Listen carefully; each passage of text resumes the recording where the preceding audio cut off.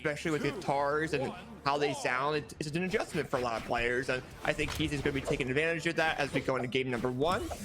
But right now, Plum's got that sword. Keith's got his guitars. He's going for neutral dare. It is dare, side air already. Dare off the ledge. The dare. He's already gone the first time within 15 seconds. Keith, what are you doing with those guitars? Oh my goodness. This is what I'm talking about, right? You don't need the knockout power if you're just able to smother your opponent off stage, on stage, any stage.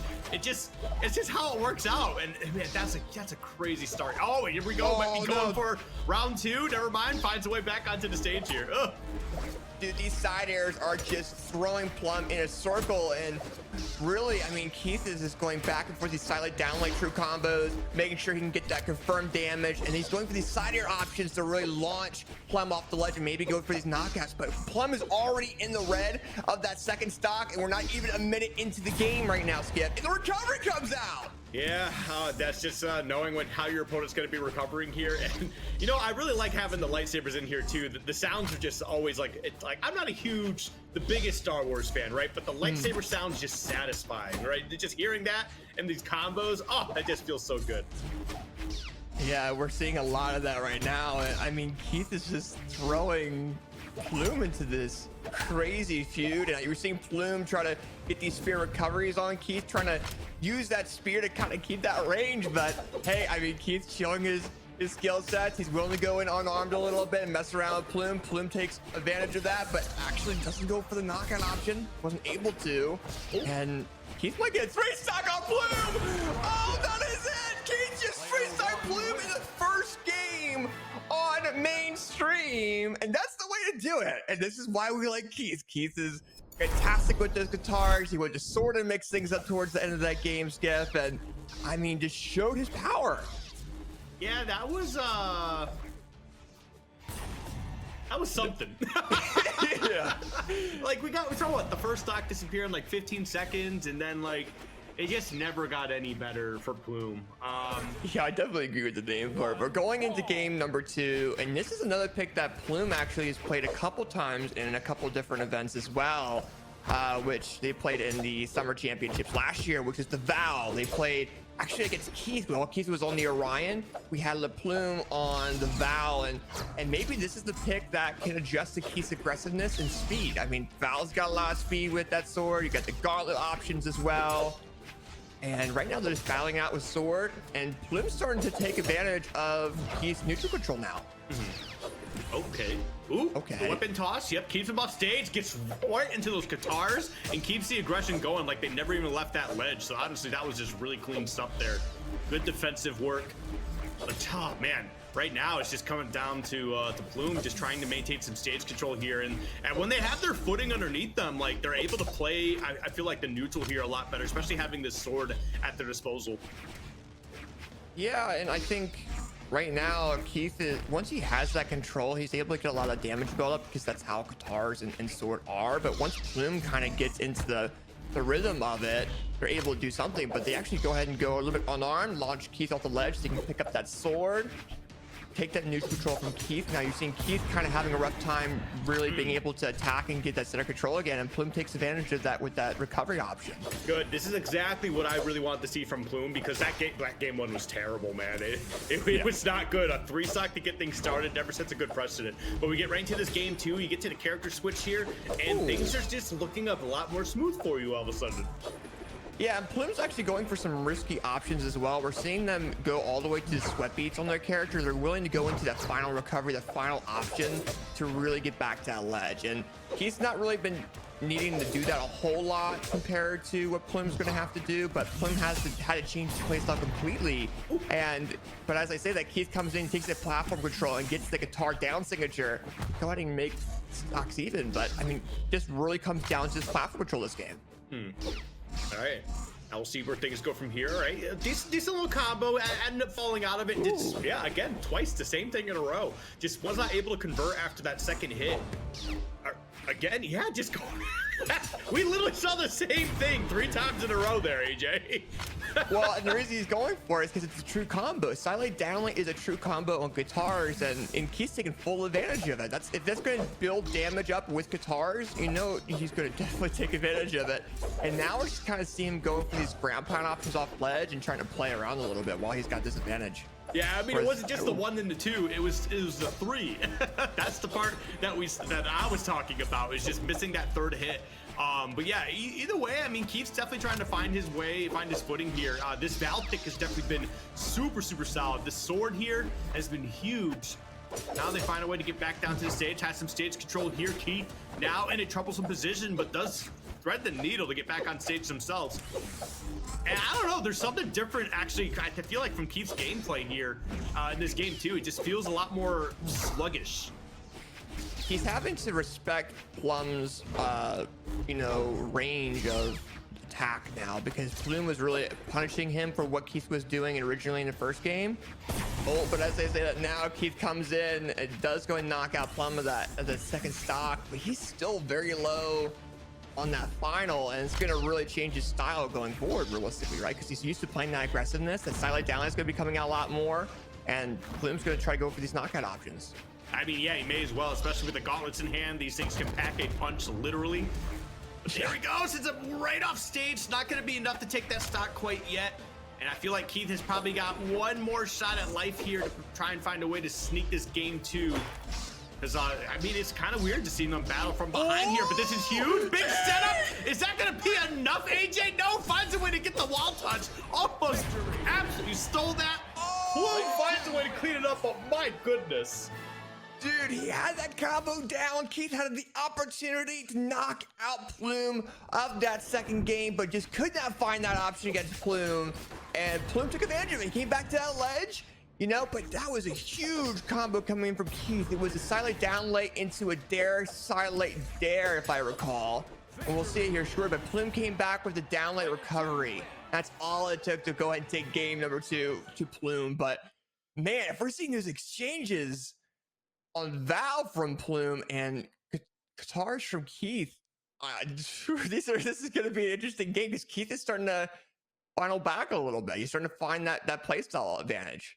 Yeah, and yeah, that was just crazy. Just watching that final stock. I mean, getting that combo for one is already like super insane, but to be able to come back to the stage and then clean it up, like keep your mental together, like when you almost just lost it all, it definitely is a little bit terrifying here. But we're gonna see if Plum can find a way to sneak this game 3 out of here after a strong start from Keith, and then a strong finish in that game too. I mean, wasn't able to get it, but still, Keith is still not a player that you can sleep on. And we can't sleep on him going into game number 3, because he's already has Plum into the orange of that third stock. He's just been landing these side light, down light, neutral airs, a lot of these recoveries, these side airs as well. And he's very confident with how he's playing, and Plum's just having a rough time adjusting. Keith's even going in with the unarmed ground pounds out of nowhere, right? So Plum's coming back a little bit, but the recovery comes in. Yeah, oh, wow, okay, just kind of diving right into that. Now has their footing here, and yeah, Keith is trying to keep this aggression up. It's just a matter of just trying to find that opening here, because like what I do like is Plum is maintaining this aggression, you know, trying to you know, stay 1 foot forward and just trying to keep this pressure up as much as possible on Keith, because it seems to be working for the most part. Even though Keith does have a nice little lead here, okay, this should be able to clean it up if he finds that hit he needs. He's looking for it, and there we go. Takes out that first stock in game 3. Yeah, and Plum keeps on dashing into these side airs from Keith as well. I mean, he's trying to be aggressive to counter Keith, but Keith is getting this like open frame data on Plum, and Plum's getting punished for it. And that's why they went down to the second stock. But as I say that, Plum's like, you know what?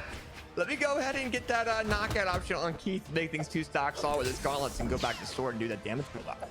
Oh. Okay. Kind of just getting their feet back onto the stage here. A lot of scrambling, I feel like, in this game 3 as well. Yeah, we're seeing a lot of whiffs here. No punishes really coming that hard out of it, but like it's both of them just really kind of jockeying for position, trying to see that opening if they can get it. Yeah, man, there's not a lot of like a lot of combos happening right now. It's just a lot of onesies, twosies, really, and then just kind of, you know, backing off. Yeah, they're almost going in the air a little bit where they're having a rough time comboing. You know, they're just trying to go in for aerial like control, but a lot of these weapons require platforms to the platform to get a lot of damage build up. So they're just trying to go back and forth a little bit. These 1 and 2s, like you said not too long ago, which was a fantastic thing to bring up. And now we're seeing Keith in the air. He doesn't have that neutral control. Katars need that neutral control to do damage build up, but both these guys just need a knockout, and Plum comes in with that 2-piece knockout option. And if you're Keith, you gotta go ahead and try to be aggressive like you were while you're on that final stock. Okay. There, neutral air. Nice recovery. There's certainly. Ooh, oh, okay. Almost got the nice little conversion out of that, getting the little pinball effect going off the stage. But yeah, cleans up that second stock here. And Plum still has a nice solid lead here, right? I wouldn't, nothing to write home about because it could easily be turned around here. But oh, that's a huge opening. Oh. This could be bad news. And wow, we see Plum take game 3 here. Goes up 2-1. Definitely was not something that I was expecting to see today. No, and that double ground pound just has so much force and momentum with it, and you saw that going into that final stock, and I think that's why gauntlets are very used a lot as well, is because they have a lot of momentum with them when they go into their knockout options. Look at that ground pound lead into that second. Keith didn't have any other options to come back to the ledge anyways. He barely would have not been able to touch that ledge even if he missed that second ground pound. But that second ground pound was almost the confirmation of saying, hey, you're out, and let's go into game number 4. All right, yep, going right back to Apocalypse as well. Because I like this stage, but man, I've been seeing this stage a lot lately. Well, just because I think if you're if you're Keith and Plum, you're gonna like it because of the momentum it has and the ceiling that it has as well. But yeah, these guys are going off edge and going crazy, and Plum's a lot more comfortable with his gauntlets now going against Keith. Yeah, no, it definitely took that first game. And while I was worried that, you know, Plum had lost some gas or something, it definitely seems to not be the case. It seems like it was just, hey, I kind of need a character switch. And, you know, it is kind of a game to not necessarily warm up, but just kind of figure out what type of momentum that Keith is going to be bringing to this set so far. And right now, man, Plum's doing a fantastic job. Yeah, he's bringing Keith off the ledge, and he's kind of been keeping it even back and forth, right? I mean, Plum was able to go with gauntlets a little bit more and try to really punish Keith, but now we're seeing Plum on that sword, trying to take a center control from Keith. But that sidelight downlight comes in true. It's sided from Plum, comes in as well. Tries to go for a risky ground pound option. Keith's going to punish that a little bit, but Plum comes back a ledge. But we're seeing a lot of weapon throws, ground pounds from Keith, but that weapon throw from Plum keeps Keith on that ledge. Plum now is gauntlets, trying to punch him off ledge, but he's throwing Keith around like a volleyball right now. Yeah, Keith is definitely struggling here. Yep, there goes that first stock. Great little ledge trap. Clean up there, and now Keith back against the wall. Just needs, look, you can see they're pressing buttons. He's trying to find a way to get this stock out of here, trying to even things up as best as possible. And I feel like you're just being a bit too aggressive here, because look, now Plum's getting some, you know, decent counter strikes. Nothing super crazy, but still getting that extra credit. That's definitely not something you want to be giving up. Yeah, and Keith's got to be very worried about that too, because that's what was giving Plum the advantage in the previous games as well, and allowing him to win those games. So if you're Keith, you got to go and get this knockout as best as you can. But there we go, that recovery does go ahead and come in to make that knockout option happen. But I mean, he's having a rough time getting these final, like these stock knockout options on Plum, and Plum's taking full advantage of that. Right, there we go. Okay. Just kind of taking their time here, especially Keith. I feel like Keith does need to dial it back a little bit, but you know, maybe having these guitars back in hand, just be threatening with it, right? Don't extend any further than you need to, right? Get your combos, get your confirms, and then just kind of reset here. Let the guitars do the work for you. There's no reason to be more aggressive than you really need to. There we go. And we're well, I mean, Keith's going to be aggressive more than he needs to be. He comes in with that half pipe there. It's there into a weapon throw knockout option on the Plum. And that's the way to go in and get your advantage back. Just go in with these guitar combos, read that dodge from Plum, and you know, have the stress on Plum to the point where he has that option that he took, and he took a real big advantage of that. No, he definitely did a fantastic job, and really utilizing these guitars. It looks like he's kind of found his rhythm again. I don't know what it took, or I mean, obviously I know what it took, but like, I guess that's just all he needed. I don't know, just to find his spark again. and he's been doing a really good job of just kind of keeping Plum on the back foot here. Ooh. All right, not quite gonna lose that stock. Does have one more chance, I think, here. Yep. There we go. All right, last stock scenario here in game 3, and it is kind of do or don't for Keith. He kind of needs to make this happen.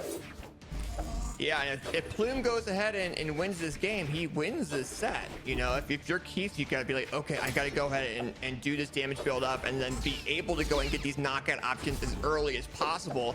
And that in exchange from Keith with Plum has already knocked Plum into the orange, but Plum is fighting back a little bit. A lot of back and forth, but Plum is just reading a lot of these dodge frames that Keith's really given, and Keith's being risky a little bit too, even with unarmed. So he's gonna definitely have to be aggressive as much as he can once he picks up those guitars. Oh, okay. If you can though. Oh, okay, guitars are now back in hand, and this is kind of where Keith's been making his money this set so far, and he just needs to take this one last stock. Plum, you can tell, is definitely playing a little bit reserved, a little more nervous than we've been seeing these past couple of games. But maybe not. But yeah, Plum's pushing all his aggression, double recovering insider, and the ground pound. Plum beats Keith to go into the winners finals by beating him 3-1 with the Val. The Val just had so much opportunity for him, Skip. You know what? Maybe it wasn't him playing nervous or a little bit reserved. It was just him waiting for his shot. And once he got it.